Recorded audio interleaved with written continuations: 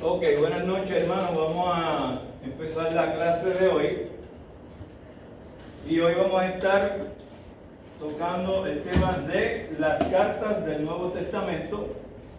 Estamos en la clase Una introducción al Nuevo Testamento para aquellos que van a estar uniéndose a nosotros a través de las diferentes formas, redes sociales, televisión, etcétera. Así que estamos en una introducción al Nuevo Testamento y hoy vamos a estar tocando dentro del libro, el capítulo 7, las cartas del Nuevo Testamento, páginas 267 a las 286. 267 a las 286. Antes de entrar en lo que tenemos en el libro, voy a estar hablándoles un poco acerca de las cartas del Nuevo Testamento, porque hay unas cosas que yo quiero que usted entienda antes de que nosotros entremos en la materia que el libro tiene para nosotros. Y si usted no entiende estas cosas, usted pues va a tener problemas siempre cuando usted aborde el libro o los libros del Nuevo Testamento. Una de las cosas que nosotros tenemos que entender es que el Nuevo Testamento, cuando se escribe y encontramos los libros o los evangelios de Mateo, Marcos, Lucas y Juan, estos evangelios, aunque están puestos dentro de la sección del Nuevo Testamento en la Biblia, dentro de todo el canon bíblico, sabemos que tenemos 39 libros en el Antiguo Testamento y 27 en el Nuevo Testamento. Aunque estos 4 evangelios se ponen dentro de lo que conocemos como el Nuevo Testamento, tenemos que entender que estos 4 evangelios están siendo dirigidos específicamente a un mundo que es judío. Allí a quien se le está realmente hablando es a los judíos. Por ende, nosotros tenemos que hacer una división en nuestra mente para entender el Nuevo Testamento y las cartas, los libros que están en ellos, que en el momento que Cristo muere, ahí es en el relato de la muerte de Cristo en la cruz. Ahí es, en ese momento que realmente el Nuevo Testamento comienza. Por ende, aunque estos 4 evangelios están dentro de lo que conocemos como el Nuevo Testamento y son parte de los 27 libros que lo componen, no es hasta que Cristo muere en la cruz que realmente comienza el nuevo pacto. Porque el libro de Hebreos nos explica claramente que es cuando muere ese que es testario, aquel que está dejando un testamento. Cuando deja el testamento Cristo, Cristo tiene que morir primero para poder establecer el testamento. Un testamento no entra en ejecución hasta que muere la persona. Entonces, usted tiene que entender que aunque estén ahí puestos en el Nuevo Testamento, hay una transición que ocurre cuando Cristo muere. Ahora, usted va a darse cuenta también que cuando usted continúa leyendo y entramos al libro de los Hechos, que lo estudiamos la semana pasada, yo les dije a ustedes que tenían que entender que había una transición. Y ustedes tienen que entender que hasta cierto punto usted tiene a un Pedro que todavía le está hablando a los judíos. Pedro está diciendo que tienen que creer en Jesús. Entonces, está diciendo en quién ellos tienen que creer y creer que es el Mesías. Y usted encuentra por esos pasajes que mucha gente equivocadamente toman y hacen parte de su doctrina Pasajes como los que Pedro habla y dice que tienes que convertirte, pero también bautizarte.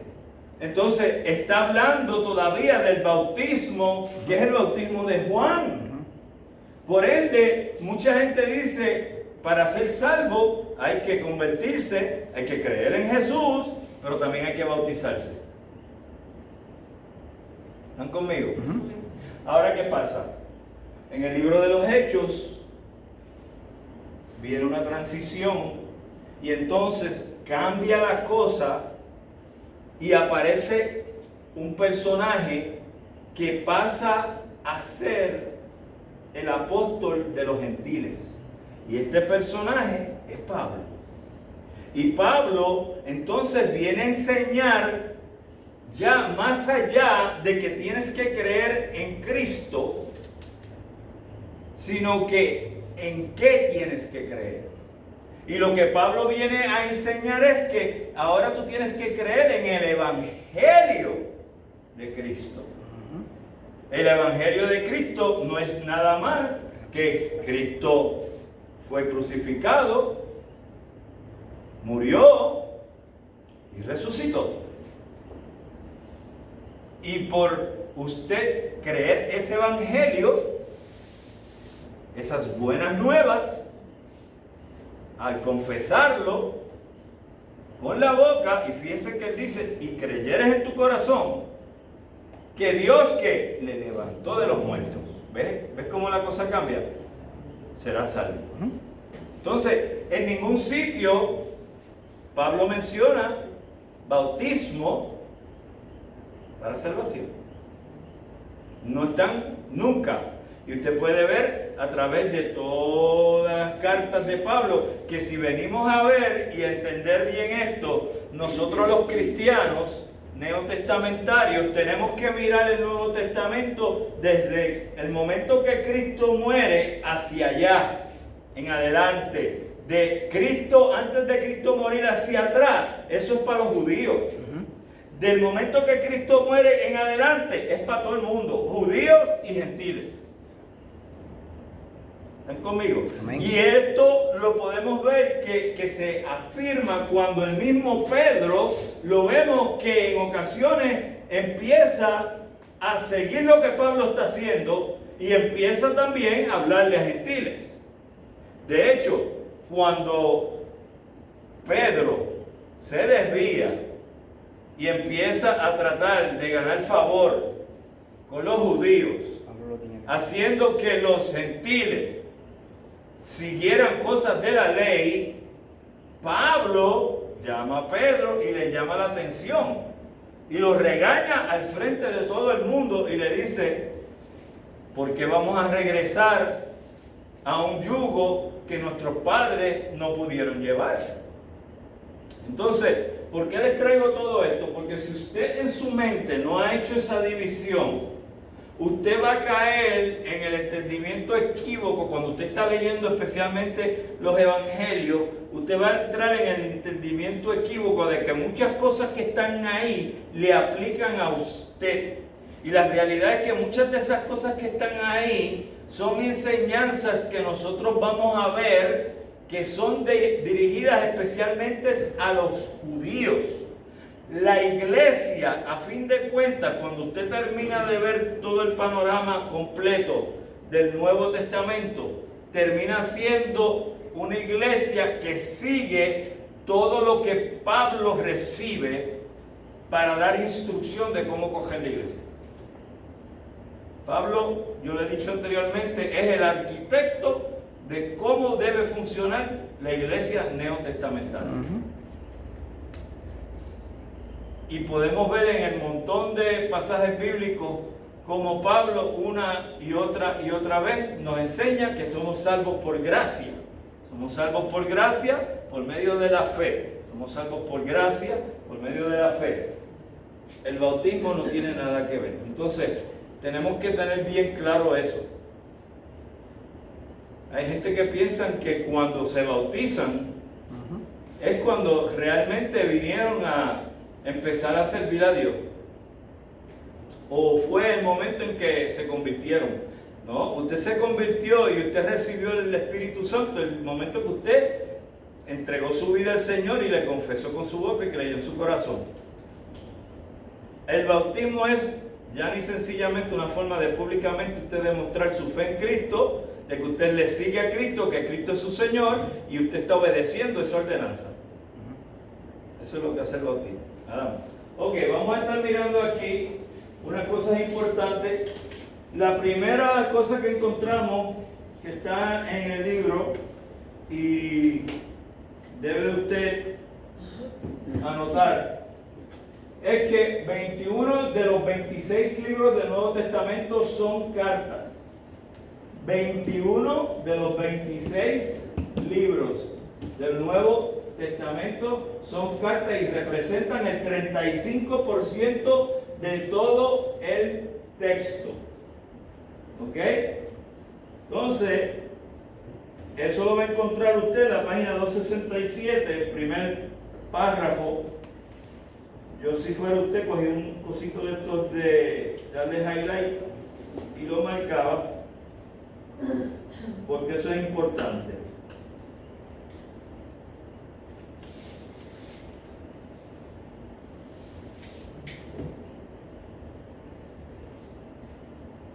Tres epístolas auténticas. Pablo es el autor neotestamentario más conocido, porque Pablo escribe de todas las 27 libros que hay, 13 los escribe Pablo. Hay personas que quieren atribuir el libro de los Hebreos a Pablo. Yo no voy a ir tan lejos.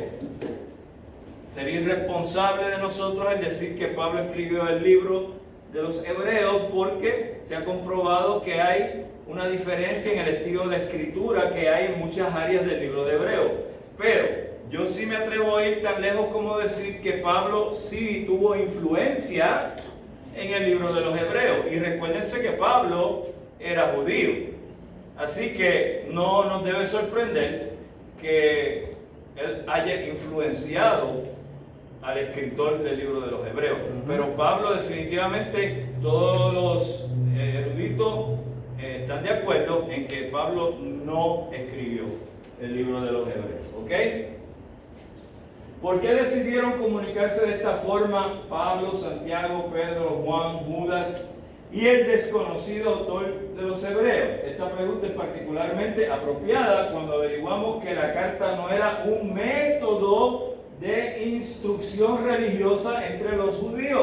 O sea que las cartas, escribirse uno a otro, mandarle cartas a alguien, no era un sistema para enseñanza, no era pedagógico. Eso no se había hecho en el mundo judío. Entonces, las dos razones para su implementación: uno, era un medio de comunicación a distancia. O sea que si yo quiero que alguien se entere de algo y está lejos de mí, la forma en que yo le podía hacer llegar esa comunicación era a través de ¿qué? De una carta, ¿verdad? Segundo, servía como un vehículo pedagógico personal. Ahí estamos hablando de enseñanza. Cuando usted mira las cartas, usted se da cuenta que son cartas que lo que hacen es enseñar. Nos están enseñando ¿qué? Doctrina. Nos está enseñando la doctrina de Jesucristo, de los apóstoles. ¿Ok?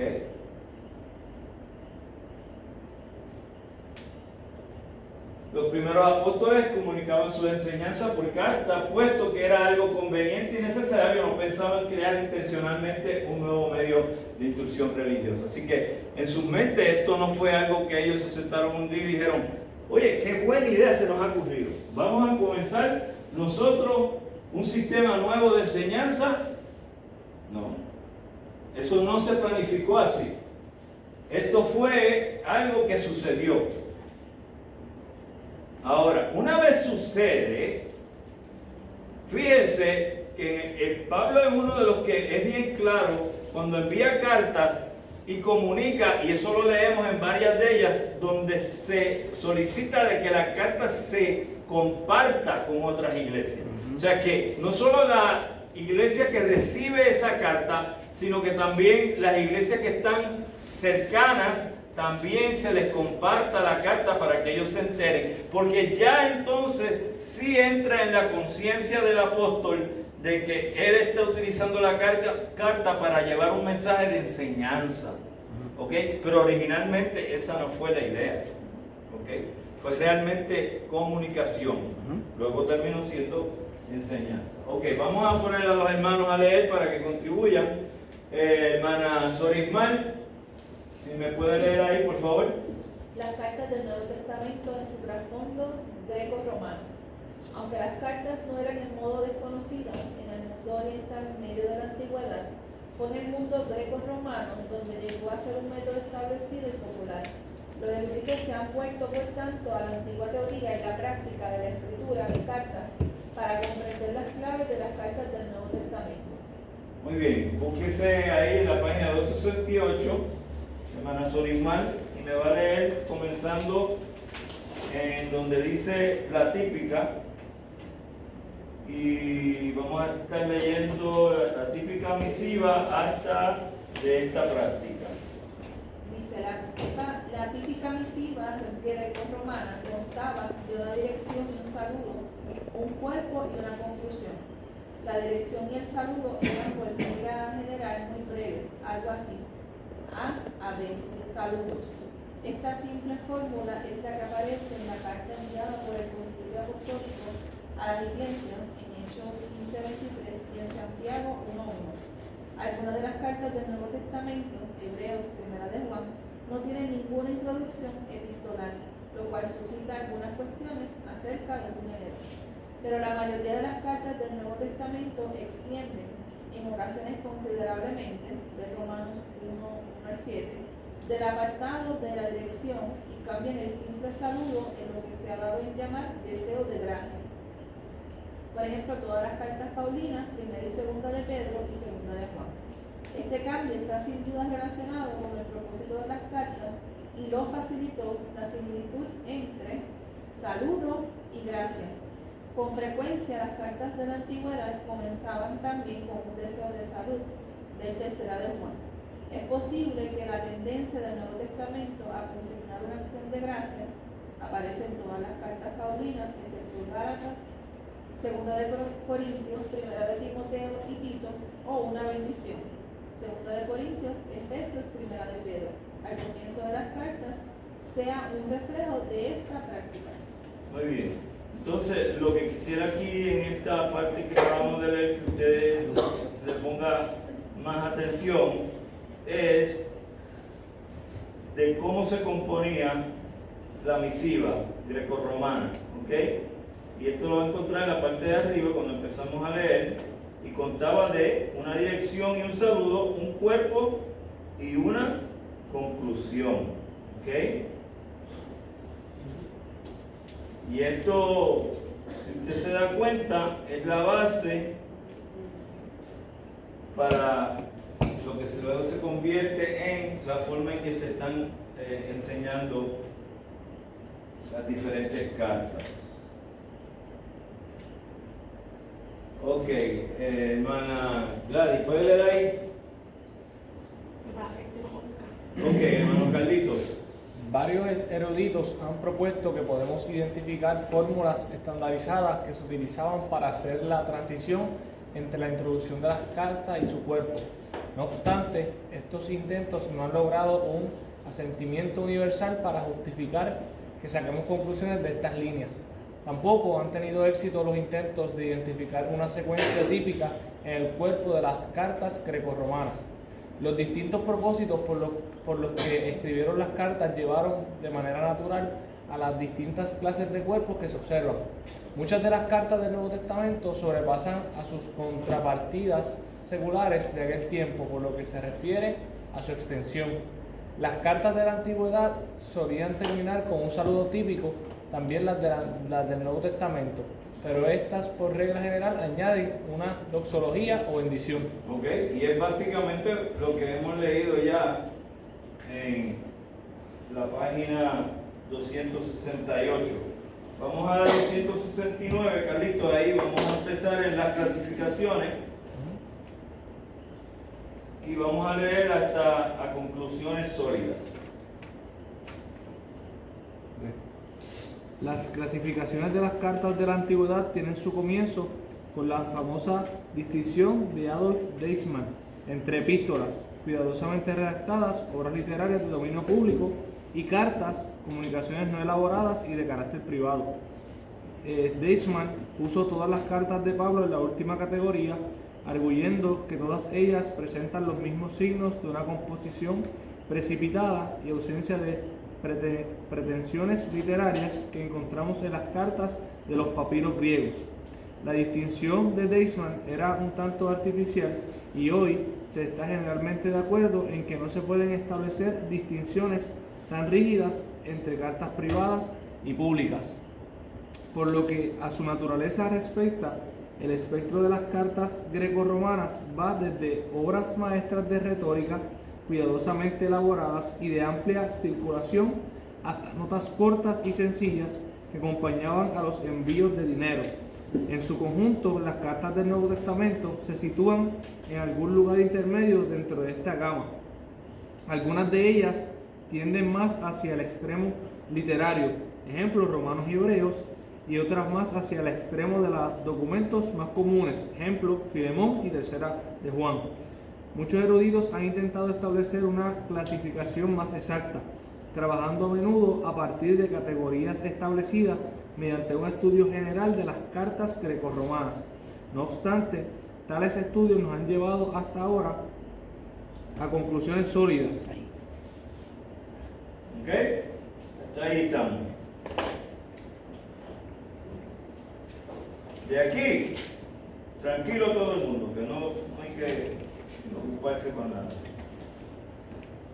Roberto, te veo preocupado. ¿Sí? No te apures, que nada de eso viene en el examen. ¿Ok? Ok, vamos a seguir con el hermano Ángel. El uso de amanuenses.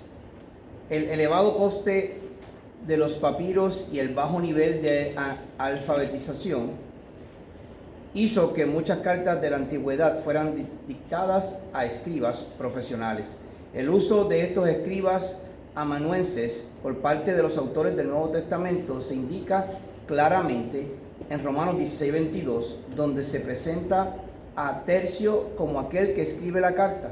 Era muy corriente que cuando el amanuense había terminado su trabajo, el escritor añadiera un último saludo de su propio puño. Gálatas 6:11, 2 Tesalonicenses 3:17.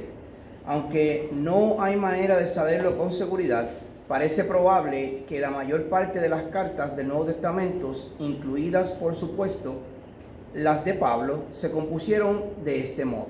Ok, antes de leer de la página 270 a 271, quiero que pongan atención aquí porque esto es bien importante. Aquí es que mucha gente también cometen errores cuando están haciendo una interpretación de pasajes bíblicos, porque encuentran entonces que sale y dice, y yo fulano de tal os saludo, pero sin embargo es una anotación que está haciendo el escriba, ¿ok?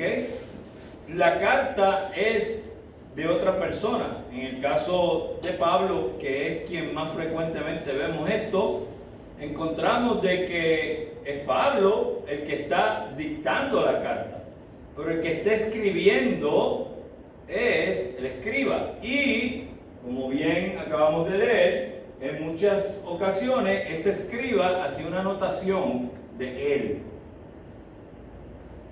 En muchos casos era ya sencillamente diciendo, mira, yo, fulano, lo saludo.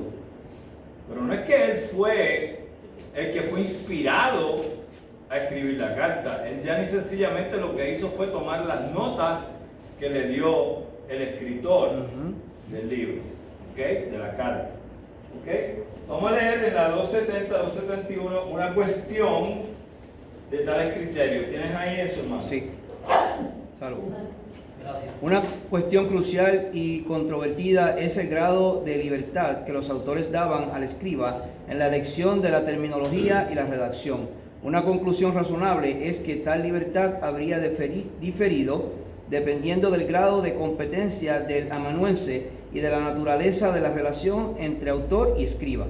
Puede, por ejemplo, que cuando Pablo se sirviera de un compañero de confianza, le diera a tal persona un cierto grado de libertad para elegir las palabras exactas de la carta. Podemos dar por sentado, sin embargo, que Pablo comprobaría siempre que la carta en cuestión constituía una exacta expresión de sus pensamientos, dando fe de ello con su saludo de despedida. Muchos eruditos piensan que la influencia de varios amanuenses puede explicar satisfactoriamente las diferencias de estilo de las cartas paulinas, haciendo difícil, si no imposible, sacar conclusiones acerca de la paternidad literaria en función de tales criterios.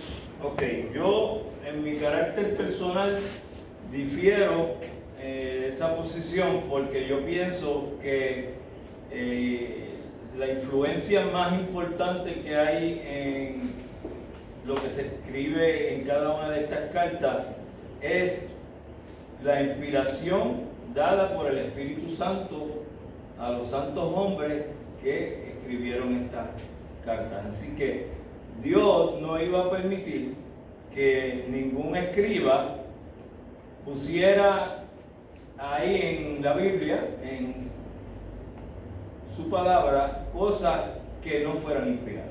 Entonces, todo lo que nosotros, por lo menos yo entiendo que es así, todo lo que nosotros vamos a encontrar que ha sido puesto por un escriba realmente no cambia de ninguna manera la enseñanza o el contexto de lo que está diciendo el escritor original de la carta. ¿Ok? Así que en esta parte que está aquí, yo lo que quiero que usted haga es que ponga por ahí en algún sitio lo que es un amanuense, y si usted se va al libro, a la página 270,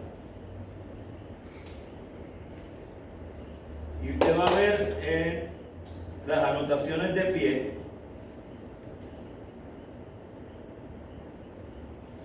más abajito, usted va a encontrar que hay un escritor que es el que se está citando, que es el erudito en esto de los amanuenses.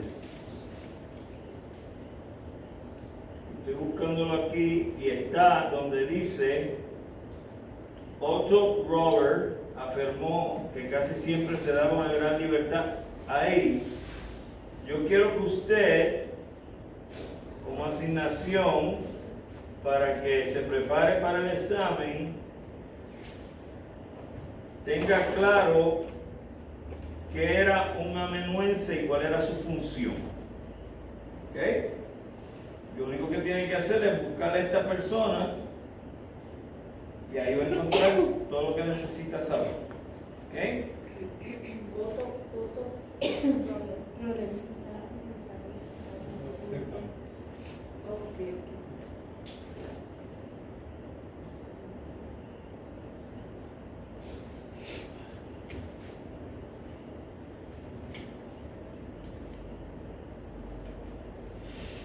Ahora sí que tenemos una buena foto de satélite de allá de ese periodo.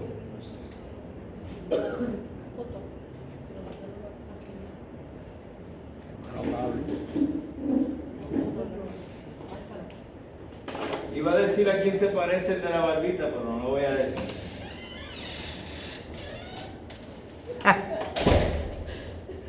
Ok, aquí tenemos unos cuantos ejemplos. Yo, Tercio, que escribí la epístola, os saludo en el Señor. Romanos 16:22. O sea que Tercio escribió la epístola a los romanos. No. ¿Quién escribió la epístola a los romanos? ¿Quién? Pablo. Claro. ¿Qué hizo Tercio? ¿Ser un qué? No escribo. Mirad con cuán grandes letras os escribo de mi propia mano. Ahora la cosa cambia. Mirad con cuán grandes letras os escribo de mi propia mano. Gálatas 6:11. ¿Quién está hablando aquí? Pablo. Y él está diciendo de mi propia mano. O sea que él está diciendo, esto que está aquí no fue el escriba, fui yo mismo el que lo escribí. Y de hecho, por eso en ese pasaje bíblico, ya que estamos en él de paso, es que se basa mucho en decir que Pablo nunca recuperó su visión totalmente, por ende, es que él tiene que poner, mira con cuán grandes letras escribo en mi propia mano, porque es que él no ve bien, y por ende tiene que escribir grande para él mismo poder ver lo que está escribiendo, porque él no ve, está como yo ciego, que sin esto no veo nada. ¿Okay? Entonces, es importante que nosotros entendamos que cuando el escritor hace una aseveración como esta, nos confirma más allá de cualquier duda que no hubo otra mano ahí. Pero cuando alguien como Tercio dice, yo escribí, pues obviamente es el escriba, porque sabemos que es Pablo el que es inspirado por Dios para la carta o la epístola a los romanos. ¿Ok? La salutación es de mi propia mano. Ahí volvemos a lo mismo. ¿De qué mano? De la misma mano, la de él. De Pablo, que es el signo en toda carta mía. Fíjate, más claro no puede estar. Así escribo, según el Tesalonicenses 3:17. ¿Ok? Hermana Betsy, ¿puede leer ahí? La recopilación de las cartas de Pablo, páginas 271 a la 272. Pablo escribió sus cartas durante un periodo de al menos 15 años y las dirigió a iglesias y personas que estaban a miles de kilómetros de distancia. ¿Cómo y cuándo se reunieron estas en un solo corpus? ¿Y cuáles son las implicaciones de este proceso para la forma canónica de las cartas? Existen dos teorías esenciales acerca de este proceso. Número 1, teorías de una recopilación repentina. Número 2, teorías de un crecimiento progresivo. Muy bien, entonces se recopilan las cartas de Pablo. ¿Cómo y cuándo se reunieron estas cartas en un solo cuerpo? ¿Ok? Que eso es lo que quiere decir solo corpus. Nosotros también podríamos decir corpus unum. ¿Ok? En latín, y ahí es que está saliendo eso. Existen dos teorías esenciales acerca de este proceso. Teorías de una recopilación repentina o que ya es a largo plazo, teorías de un crecimiento progresivo. ¿Ok? Así que son dos cosas bien diferentes, pero son dos cosas bien importantes. Entonces, ¿qué dos teorías hay acerca de este proceso? La de recopilación repentina y la de crecimiento Progresivo. yo me acuerdo de eso, ¿verdad? ¿Me acuerdo de eso? No me voy a acordar de eso. Vamos a ver si yo me voy a acordar de eso, ¿sí?